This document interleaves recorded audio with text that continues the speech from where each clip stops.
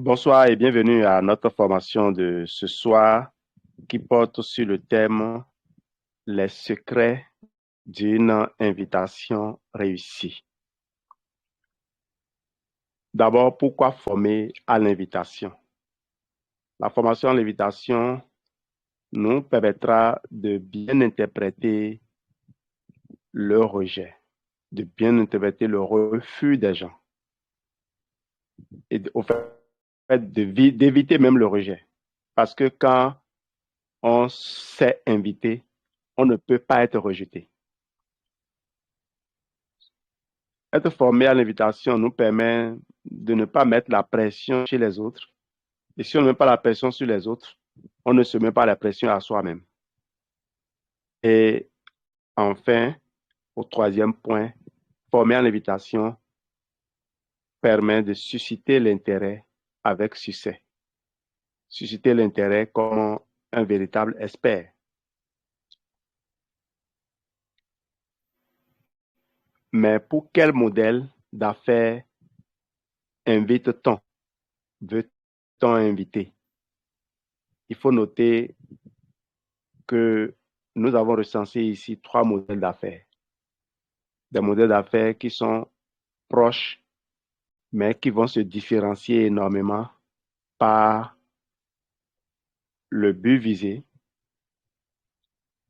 Qui est-ce que vous cherchez? Quelle est l'approche que vous utilisez? Et quels sont les résultats financiers que vous pouvez espérer? Si vous êtes vendeur au détail, vous recherchez juste des consommateurs. Un vendeur de détail ne recherche que des consommateurs. Il va donc faire de la publicité, il va faire donc de la promo, il va faire de la promotion, il va organiser des séances de dégustation, il va euh, organiser des sketchs dans les établissements, dans les écoles, pour faire la promotion de sa marque. Parfois, c'est des actions qui sont menées aujourd'hui et on espère en tirer bénéfice dans, dans 10 ans, dans 15 ans, dans 20 ans. De grosses entreprises sont installées dans ça. Quand vous prenez Coca-Cola, par exemple, Coca-Cola organise des compétitions, dans sponsorise des compétitions, comme par exemple les Jeux Olympiques. C'est dans le but de conquérir davantage le marché. Coca-Cola organise dans les écoles, envoie son clown. Ils ont un clown qu'ils envoient dans les écoles dans certains pays pour animer des sketchs pour les enfants.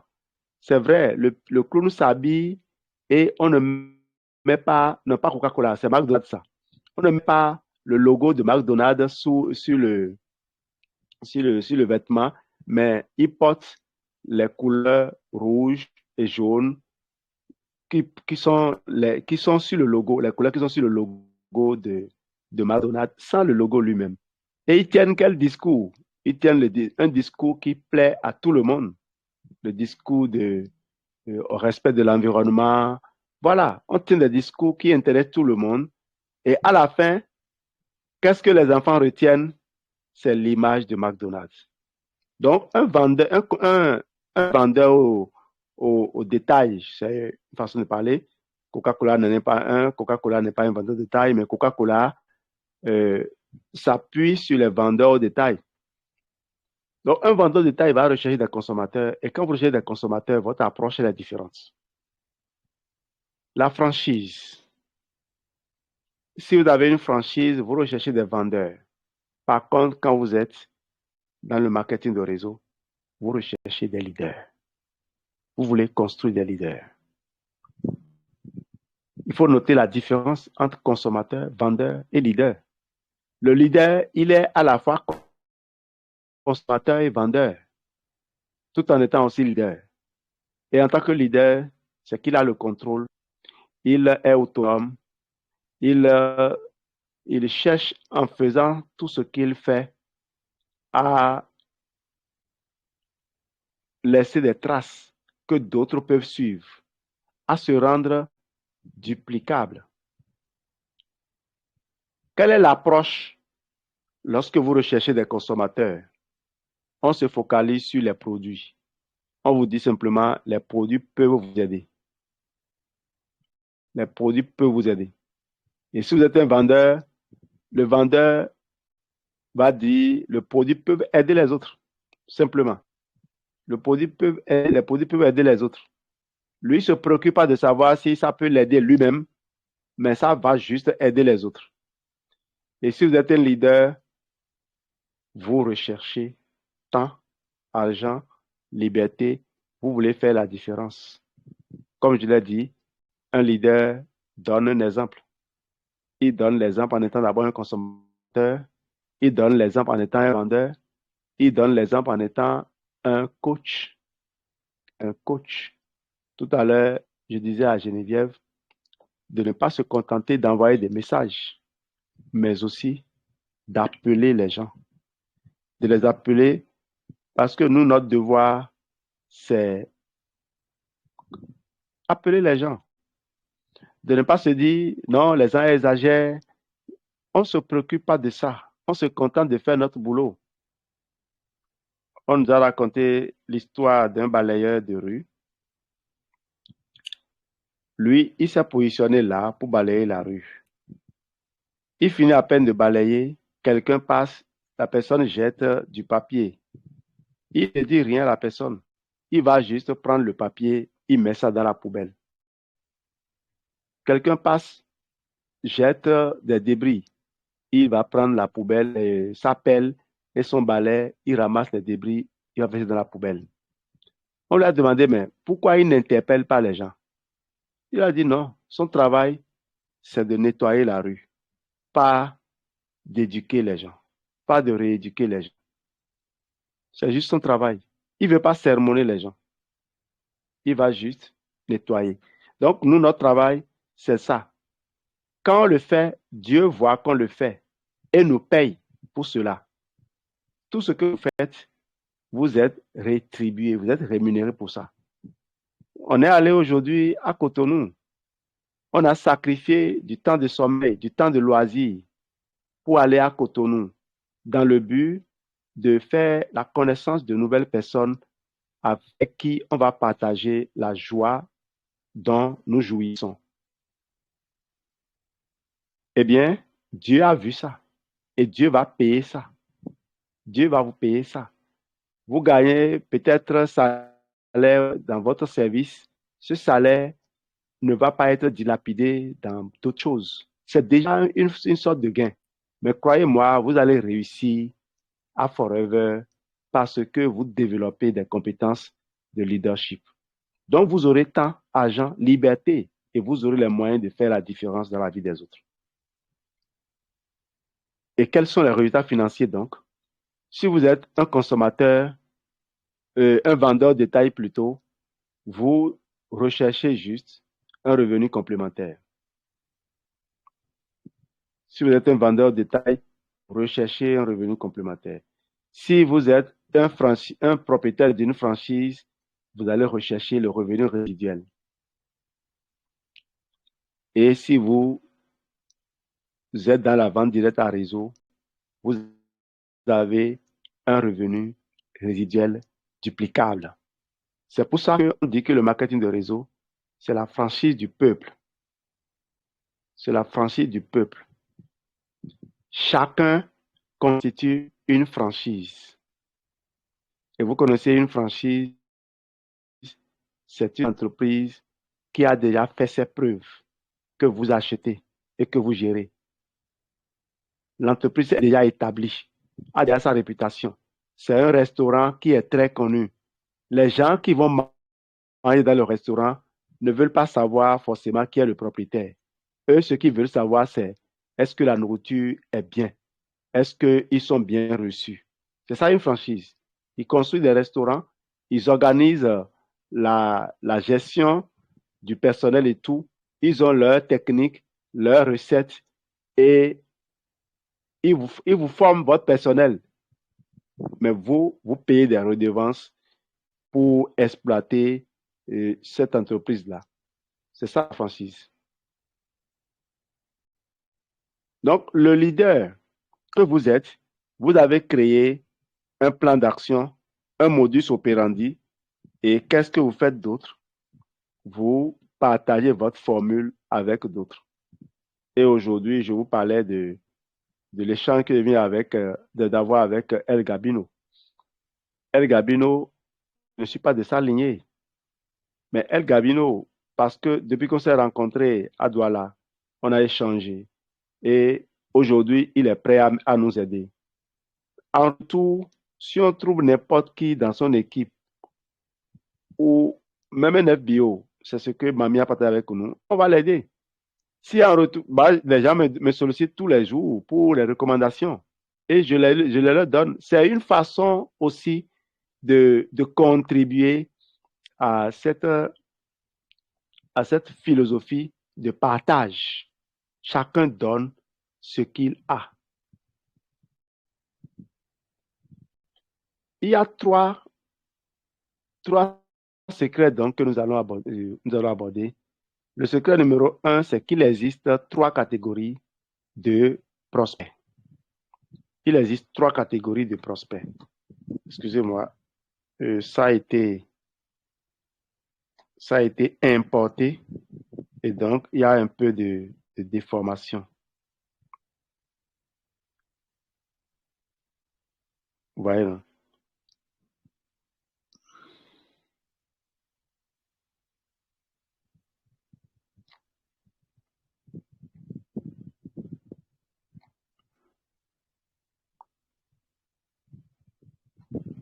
Oh oh. J'espère que vous avez toujours l'écran, hein. La connexion flanche là. Donc, il existe trois catégories de personnes. Cette catégorie de personnes se retrouve être des amis proches et parents, des amis proches et parents, des connaissances ou bien des membres des collègues de travail, des inconnus, des inconnus. Donc, les trois catégories, ce sont les amis proches et famille, les connaissances, les collègues de boulot, par exemple, les connaissances, aussi les collègues de boulot.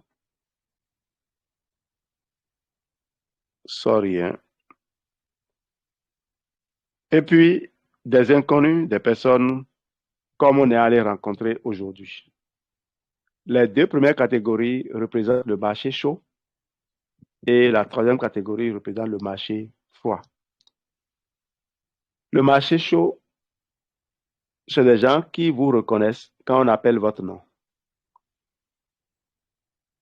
Pas seulement, mais c'est des gens qui vous connaissent vraiment et qui savent qui vous êtes et qui ont confiance en vous. Ces gens, vous pouvez les appeler et les inviter directement. Bonsoir Barthélemy, j'organise une réunion de partage d'expériences santé avec des produits naturels demain à 14 heures chez moi. J'aimerais que tu y sois. J'ai invité également Eleuthère. On sera ensemble. Ce sera convivial. Tu peux venir avec madame, comme Eleuthère aussi vient avec son épouse. Voilà, par exemple, une invitation pour le marché chaud. Ah, bonsoir Odette. Je viens à peine de démarrer une activité et je suis très enthousiaste. J'aimerais partager avec vous cette découverte pour voir si vous aussi, vous ne pourrez pas être intéressé par cela. C'est Batia qui est en train d'inviter comme ça Odette. Ah, si Barthélemy est libre, j'aurais bien voulu que vous veniez à deux. Ce serait plus intéressant. J'ai invité également Malik Gomina avec son épouse. On va se retrouver ensemble, on sera en famille, ce sera convivial. Voilà. Une invitation directe, donc, pour des gens que vous connaissez et qui vous connaissent et qui ont de l'estime pour vous. Connaissant ses collègues, il faut d'abord échanger avec eux. Il faut discuter. Dis-moi, qu'est-ce que tu fais lorsque tes enfants se plaignent de maux de ventre ou font du palu? Qu'est-ce que tu leur donnes? Quand les enfants mangent et ils disent qu'ils ont des allergies, qu'est-ce que tu leur proposes? Ah, dis-moi, tu connais des amis qui ont des enfants asthmatiques?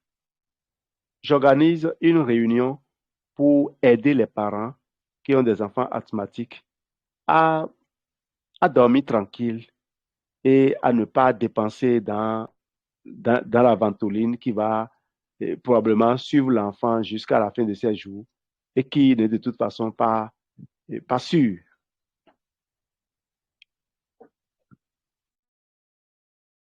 Chauffer la relation. Si c'est une connaissance, il faut d'abord chauffer la relation avant d'aller à l'invitation.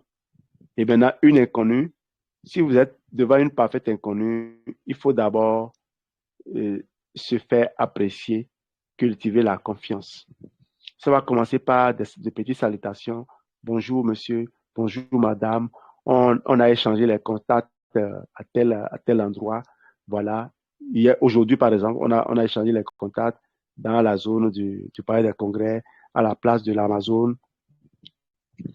Je tiens à vous remercier pour votre ouverture d'esprit. Voilà. Comme je vous l'ai dit, je vais probablement vous contacter pour savoir quand est-ce qu'on pourra. Je vous contacte justement pour voir dans quelle mesure je vais pouvoir vous faire remplir notre fiche de collecte d'informations, histoire de mieux vous connaître. Comme ça peut être d'abord des salutations, des bonjours toute la semaine, et puis après, vous relancez. Le temps que la personne découvre ce que vous faites est davantage confiance, je crois on va pas revenir sur l'approche parce qu'aujourd'hui, les gens n'ont pas le temps.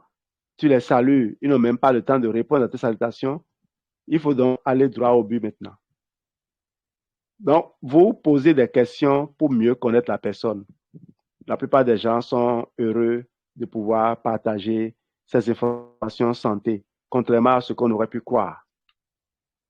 Et puis, on engage maintenant une discussion. La discussion, c'est pour voir quelles sont ses marges de manœuvre. C'est peut-être même pour avoir une entrevue pour lui auprès d'un ESR qualifié. Et c'est là où l'invitation apparaît. Donc, vous avez échangé entre vous. Il a rempli la fiche. Vous avez fait le tour un peu. Et il a apprécié l'idée de changer avec un ESR qualifié. Bon, l'invitation vient. C'est tout. Le processus est là. Donc, marché chaud, deux catégories de marché chaud. Les membres de la famille ou des amis proches, ceux-là, invitation directe. Les connaissances collègues, il faut d'abord discuter. Est-ce que tu serais intéressé par l'idée de ne pas tomber malade, de ne pas tomber malade jusqu'à la fin de ta carrière? J'ai trouvé une formule pour assurer aux gens de ne pas tomber malade, de ne pas faire des maladies bêtes que la plupart des gens font. Et j'aimerais partager cela avec un groupe d'amis. Est-ce que tu serais intéressé? Tu serais libre le mercredi à 17 heures ou le dimanche à 16 heures pour participer à ma séance de partage. Ou bien, je viens de m'inscrire dans une école où on nous forme à rester en vie.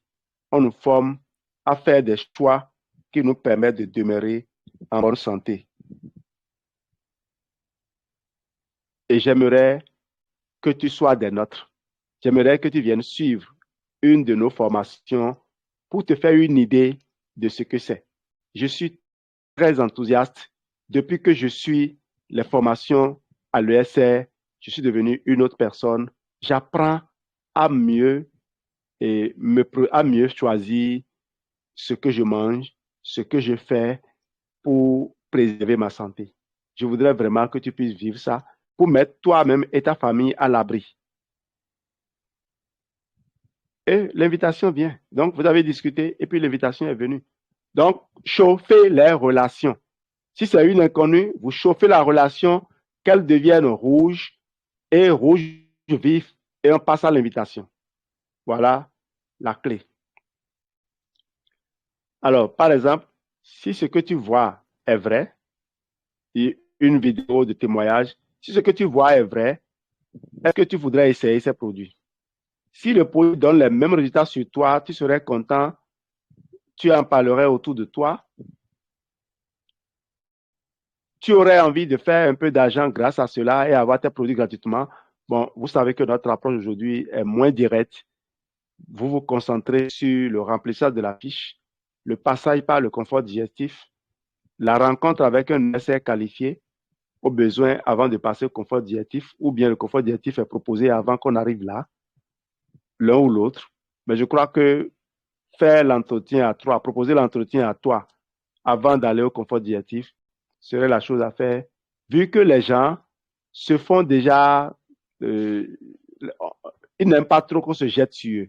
On s'est tellement jeté sur eux en leur proposant des solutions miracles tout de suite qu'ils ont des doutes.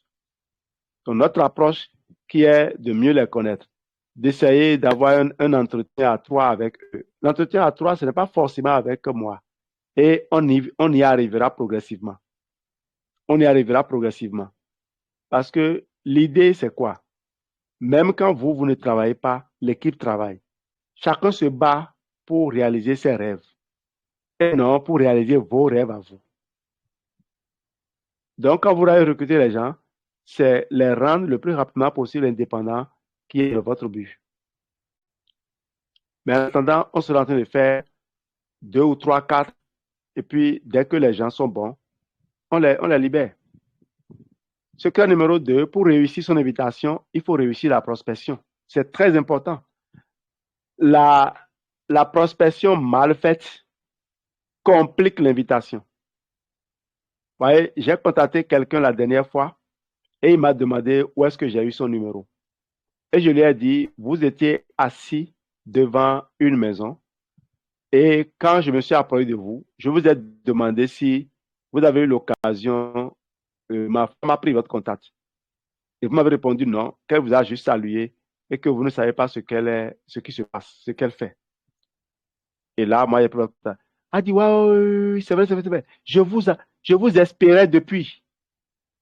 Parce que pendant que je prenais son numéro, je lui ai dit, je vais lui écrire par WhatsApp pour faire plus ample connaissance, pour lui faire administrer ma fiche profil, ma fiche pour mieux vous connaître. Donc, un, vous prospectez. Deux, vous invitez. Alors, la prospection, c'est quoi? C'est le sondage, c'est les échanges. Rappelez-vous, la prospection, c'est ça ici. Il est marché chaud ou bien il est marché un peu chaud, marché tiède qu'on va chauffer, ou bien il est marché froid qu'on va réchauffer, passer par le niveau tiède pour aller au niveau brûlant. C'est ça la prospection. La prospection, c'est le sondage aussi. Prospecter, c'est choisir. Prospecter, c'est aussi ouvrir l'huître pour voir s'il y a des perles dedans. Donc, on prospecte en cherchant les huîtres dans tout ce qu'il y a dans l'océan, mais on prospecte aussi l'huître même en cherchant, en fouillant pour voir s'il y a des perles dedans. Donc voilà, prospecter, inviter et puis présenter. La présentation, qu'est-ce que c'est? On a dit que c'est juste le partage de son histoire. C'est raconter son histoire. Raconter son histoire. Raconter son histoire. C'est ça la présentation.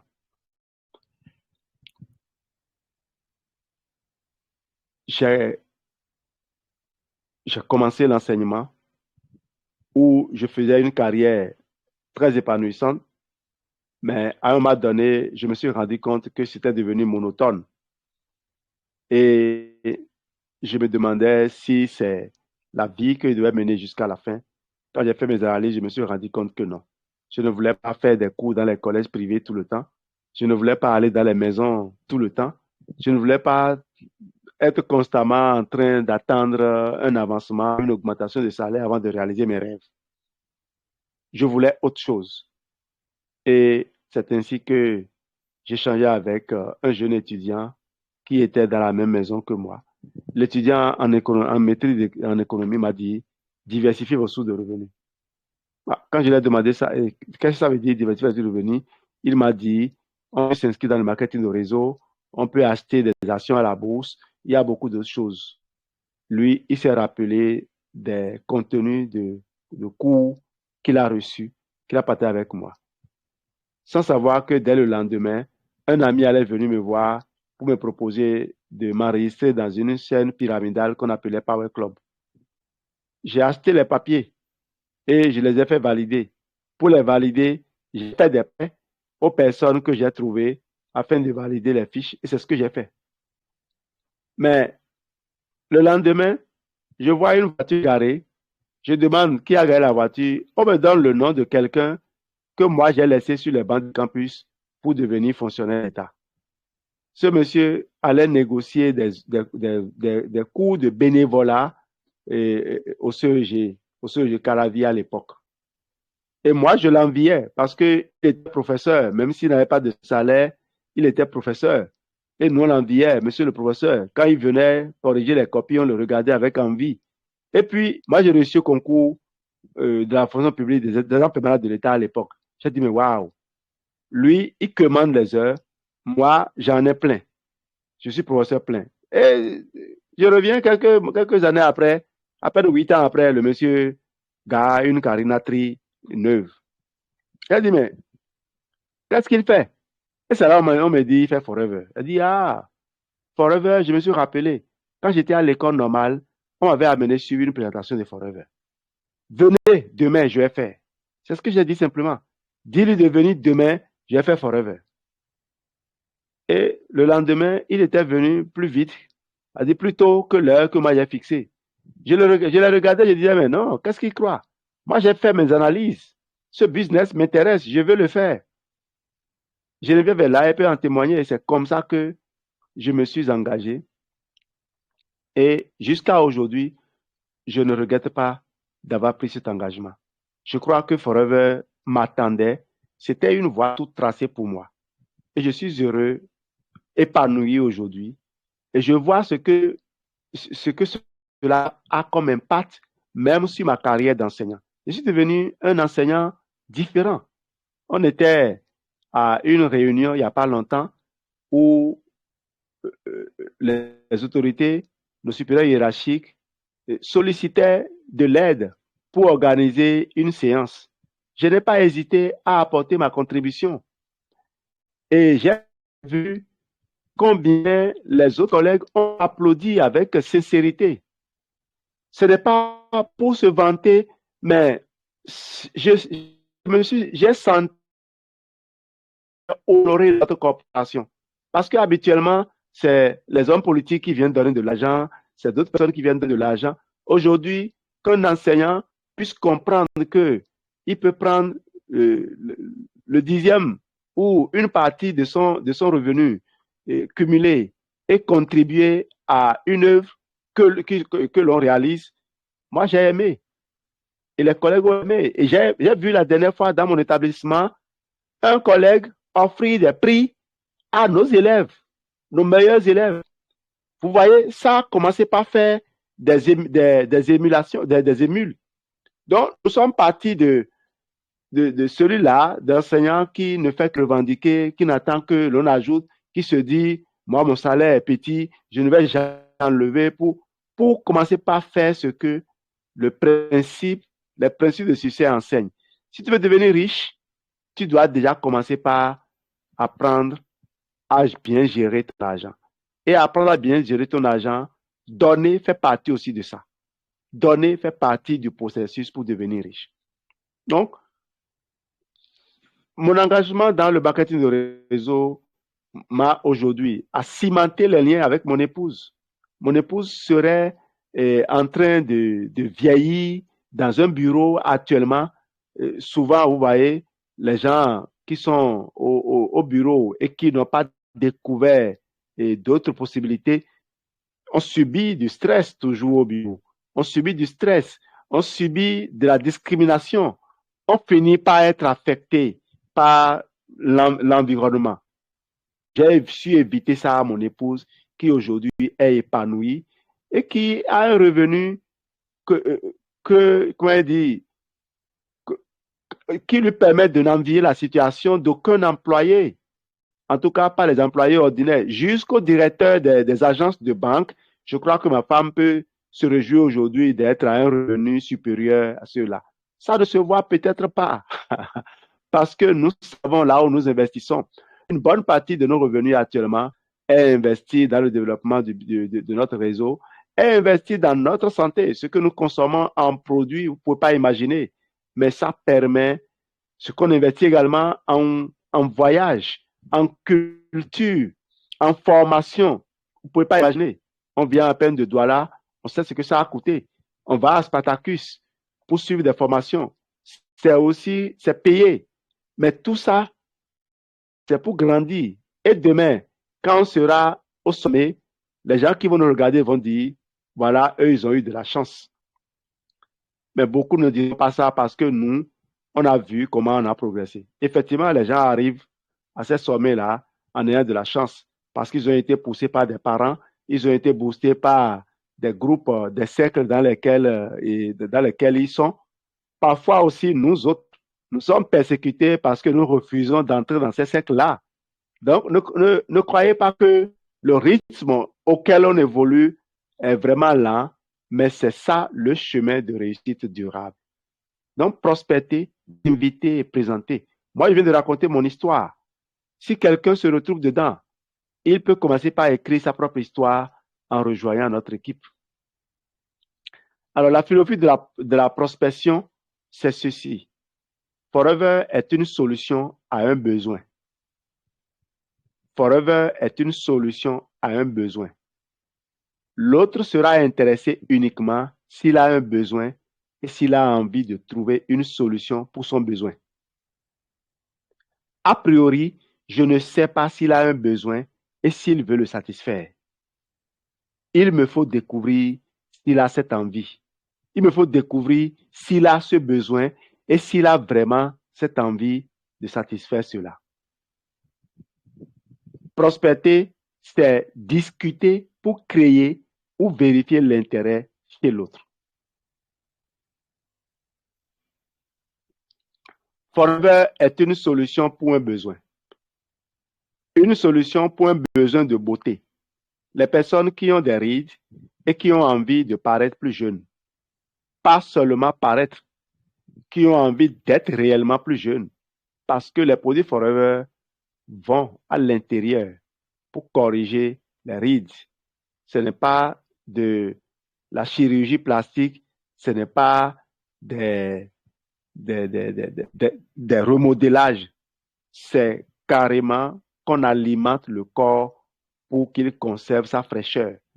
Et Dieu merci, Forever nous a permis de rencontrer des personnes de plus de 70 ans, de plus de 80 ans, et de voir comment leur fraîcheur continue de se révéler comparé à d'autres personnes que nous connaissons qui ont à peine 50 ans et qui traînent des problèmes bizarres. Parce que ces personnes n'ont pas cru devoir porter assistance à leur corps en le boostant avec les compléments alimentaires à temps. Forever est une solution de santé. Les personnes qui ont envie d'être en meilleure santé, nous trouverons pour les aider. Forever est une solution pour un besoin d'argent, pour les personnes qui veulent un complément de revenus. Forever est une solution pour les personnes qui veulent monter leur propre société sans prendre de risques. Forever, c'est une école des affaires basée sur le monde réel, comme l'a dit Robert Kiyosaki dans son livre justement L'école des affaires. Pour les gens qui aiment aider les gens, Ici, vous êtes formé à développer une entreprise. Une entreprise, elle n'a pas une croissance linéaire. Sa croissance est parfois chaotique. Et la première difficulté est souvent fatale pour la plupart des entrepreneurs. C'est pourquoi on dit que les 5 premières années de vie d'une entreprise sont critiques. Et je connais beaucoup de gens qui tombent dans ce piège-là. Ils ne prévoient pas l'échec et ils ne prévoient pas ce qu'ils vont faire lorsqu'ils vont échouer. Ils mettent parfois tous leurs œufs dans le même panier. Forever est une solution pour un besoin de liberté. Bien sûr, pour les personnes qui veulent avoir plus de temps pour leur famille et pour eux-mêmes et qui sont coincés dans un rythme de fou. Je ne vous demanderai pas de démissionner, mais je voudrais vous offrir la possibilité, si vous êtes étudiant ou étudiante, de vivre la vie que ma femme vit, de vous impliquer à un certain niveau avant d'être prisonnier. Vous pouvez gagner de l'argent dans le marketing de réseau et l'investir dans l'immobilier. Vous pouvez gagner dans le marketing de réseau et l'investir dans des actions et dans les obligations. Les obligations étant plus sûres que les actions, à ce que mes amis m'ont enseigné la dernière fois. Vous pouvez gagner de l'argent et l'investir en partenariat avec des parents, avec des amis. On dit souvent que ne faut pas faire confiance aux gens en affaires, mais on est obligé de s'associer à des gens en affaires. On ne peut pas fuir le risque tout le temps. Il y a des associations qui marchent très bien. Forever est une solution à un besoin donné. Alors l'art de la prospection consiste à 1. Découvrir le besoin et la volonté de trouver une solution. 2. Inviter la personne à découvrir ma solution. Suivez très bien. Je m'interdis de parler de mon affaire tant qu'il n'a pas confirmé que j'ai découvert son besoin et qu'il m'a bien dit vouloir trouver une solution pour son besoin. Voilà. Je m'interdis de parler de mon affaire tant qu'il n'a pas confirmé que j'ai découvert son besoin et qu'il m'a bien dit vouloir trouver une solution pour son besoin. Besoin comparé à la volonté. Alors, le besoin, il parle de son problème ou de sa solution préférentielle. Ça, c'est la face émergée, la face visible de l'iceberg. Vous voyez, ce n'est qu'un petit bout. La structure profonde, regardez la masse qui est, c'est pratiquement 80%, 80 à 90%, voire 95%. La structure profonde, donc ce qui est en bas, le plus gros, ce qui vous ne voyez pas, il parle de son besoin. C'est ça, c'est là que se trouve sa motivation. Quand on dit motivé, engagé, discipliné, mais vous ne comprenez pas. Ma plus grande motivation, c'est le dégoût que j'ai de certaines choses. Je suis amené à faire des choix.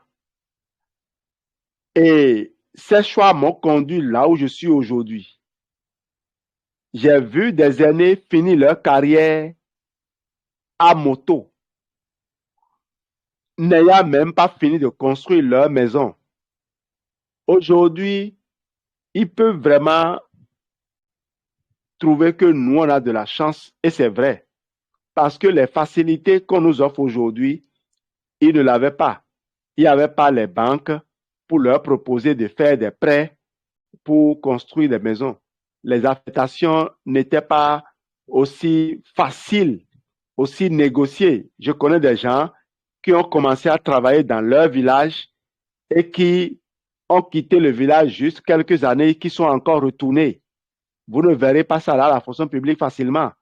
Avant, c'était partout où besoin sera. Donc, nos aînés ont fini. Difficilement, certains ont pu s'acheter des voitures et difficilement, ils ont continué à rouler la voiture. Moi, je me suis dit que ces aînés ont fait le chemin pour nous montrer le chemin à suivre et le chemin à ne pas suivre. Pour nous montrer à quelle vitesse il faut suivre le chemin. Qu'est-ce que nous n'avons pas aimé? Qu'est-ce que nous n'aimerions pas vivre? Ils sont devant pour être pour nous lumière, pour éclairer notre chemin.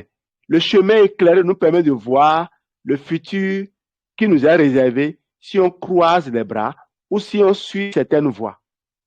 Ma motivation aujourd'hui, c'est de construire, de laisser dans ma famille un héritage de bâtisseur, un héritage de constructeur d'entreprise plutôt qu'un héritage d'héritier, un héritage de gens qui cherchent à dilapider les biens des parents pendant même que les parents sont vivants, ou qui se mettent en embuscade en espérant qu'un parent va décéder et on va s'accaparer ses biens.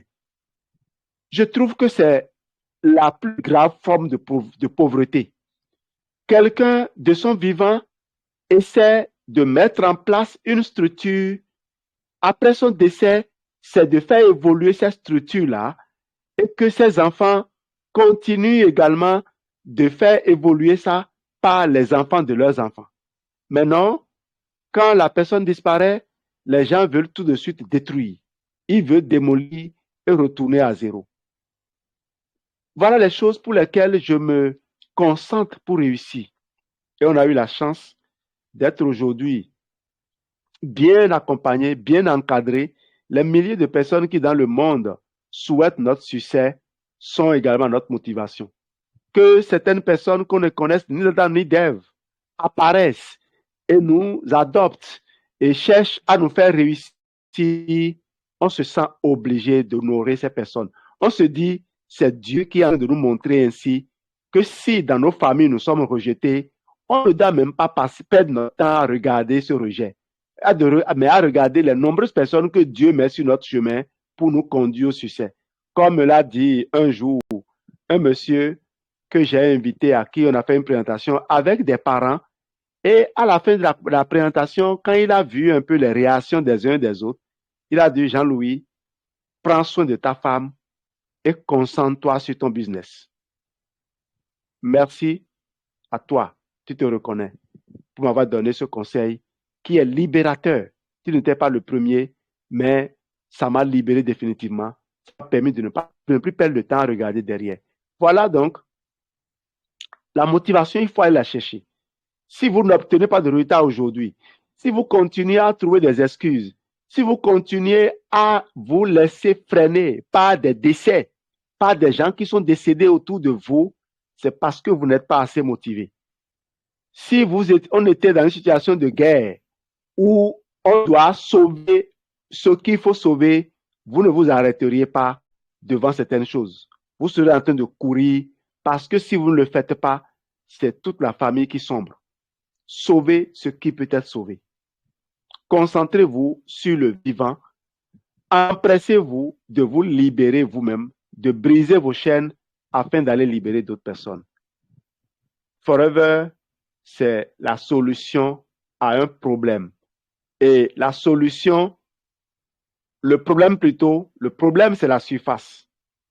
Le problème, c'est la surface. Un exemple, j'aimerais bien avoir plus de temps. Il a un problème de manque de temps. Il a un besoin de temps. Ça, ce n'est que la surface. 2, j'aimerais bien avoir plus d'argent. Ce n'est que la surface. Qu'est-ce qu'il veut faire avec l'argent? Pourquoi il veut avoir plus d'argent? 2, le réel besoin, c'est la motivation et c'est ça qui est la profondeur. Quels avantages personnels à avoir plus de temps? Il voudrait être en meilleure santé, il voudrait avoir beaucoup d'argent, etc. Quels avantages personnels à avoir plus d'argent? Il a des projets, il a des dettes à rembourser, il a l'éducation de son enfant à financer. J'ai souvent entendu Raoul dire, l'une de ses plus grandes craintes, c'est que son enfant lui dise, j'ai envie d'aller faire l'école et qu'il soit incapable de trouver le moyen de payer cette école-là. Et Dieu merci, il a pu payer, c'est la scolarité pour les enfants. Et voilà des exemples qu'il faut suivre. Exemple, je voudrais plus d'argent. Vous, votre question, pour aller en profondeur, ça changerait quoi dans votre vie d'avoir plus d'argent? Qu'est-ce que vous voulez faire avec plus d'argent? Les réponses peuvent laisser parfois les gens à la surface. Il faut continuer à creuser jusqu'à aller en profondeur. Dans la structure de la discussion, créer une relation via un point commun. But, la confiance entre nous. Alors, plus vous le faites parler de lui, plus vite vous découvrirez un point commun. 2. Susciter l'intérêt. Alors, quand vous avez pu découvrir un point commun, ensuite, citez un avantage général dans lequel tout le monde peut se reconnaître. Plus vite il perçoit un avantage, un bénéfice pour lui, plus tôt il voudra avoir de l'information.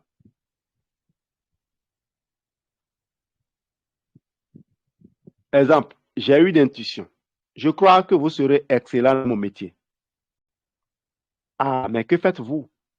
Vous savez comment les gens se font du souci pour leur boulot et leur sécurité financière aujourd'hui. Eh bien, je montre aux gens comment doubler leurs revenus en 1 ou 2 ans sans quitter leur travail et sans faire courir le risque à leur famille. Immédiatement, vous changez de sujet. Et vous, que faites-vous dans la vie? Donc, vous avez répondu brièvement à sa question et vous changez de sujet. Et vous, que faites-vous dans la vie? Alors, la personne, dans la plupart des cas, ne va pas répondre à vos questions. Et elle va vous demander comment c'est possible. Comment est-ce qu'on fait pour doubler son revenu sans quitter son emploi, sans mettre sa famille en danger? Et vous restez fidèle à votre stratégie. Vous ne répondez pas à sa question. Ne le laissez pas reprendre le contrôle. Vous voulez connaître ses rêves.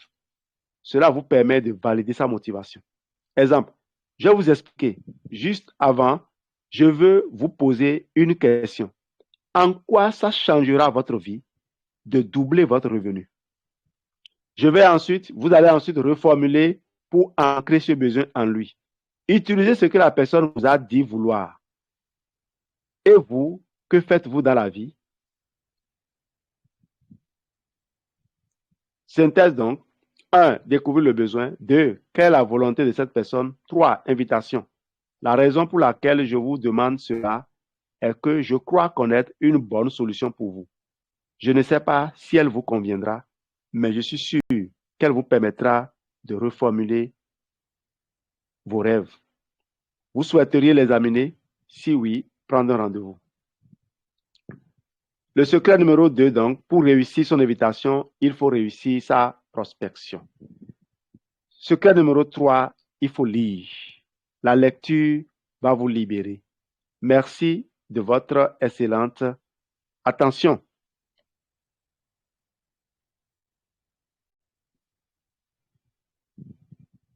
Alors,